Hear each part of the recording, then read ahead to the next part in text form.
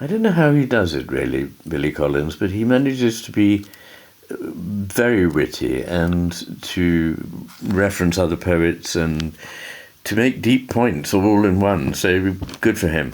Anyway, this one is another winner called Workshop.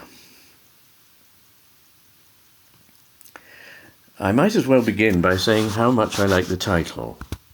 It gets me right away because I'm in a workshop now, so immediately the poem has my attention, like the ancient mariner grabbing me by the sleeve.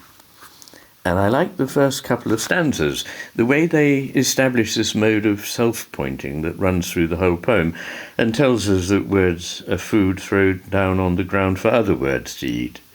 I can almost taste the tail of the snake in its own mouth, if you know what I mean. But what I'm not sure about is the voice, which sounds in places very casual, very blue jeans, but other times seems standoffish, professorial in the worst sense of the word, like the poem is blowing pipe smoke in my face. But maybe that's just what it wants to do. What I did find engaging were the middle stanzas, especially the fourth one. I like the image of clouds flying like lozenges, which gives me a very clear picture. And I really like how this drawbridge operator just appears out of the blue with his feet up on the iron railing and his fishing pole jigging, I like jigging, a hook in the slow industrial canal below. I love slow industrial canal below. All those L's.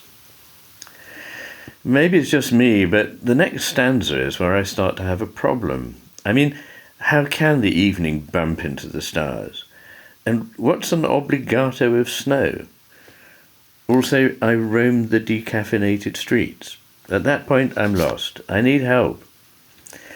The other thing that throws me off, and maybe this is just me, is the way the scene keeps shifting around. First, we're in this big aerodrome, and the speaker is inspecting a row of dirigibles, which makes me think this could be a dream. Then he takes us into his garden, the part with the dahlias and the coiling hose. Though that's nice, the coiling hose. But then I'm not sure where we're supposed to be. The rain and the mint green light that makes it feel outdoors. But what about this wallpaper? Or is it a kind of indoor cemetery? There's something about death going on here. In fact, I start to wonder if what we have here is really 2 poems, or 3, or 4, or possibly none.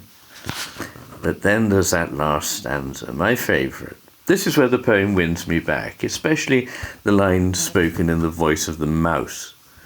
I mean, we've all seen these images in cartoons before, but I still love the details he uses when he's describing where he lives. The perfect little arch of an entrance in the baseboard, the bed made out of a curled-back sardine can, the spool of thread for a table. I start thinking about how hard the mouse had to work, night after night, collecting all these things while the people in the house were fast asleep. And that gives me a very strong feeling, a very powerful sense of something. But I don't know if anyone else was feeling that. Maybe that was just me. Maybe that's just the way I read it.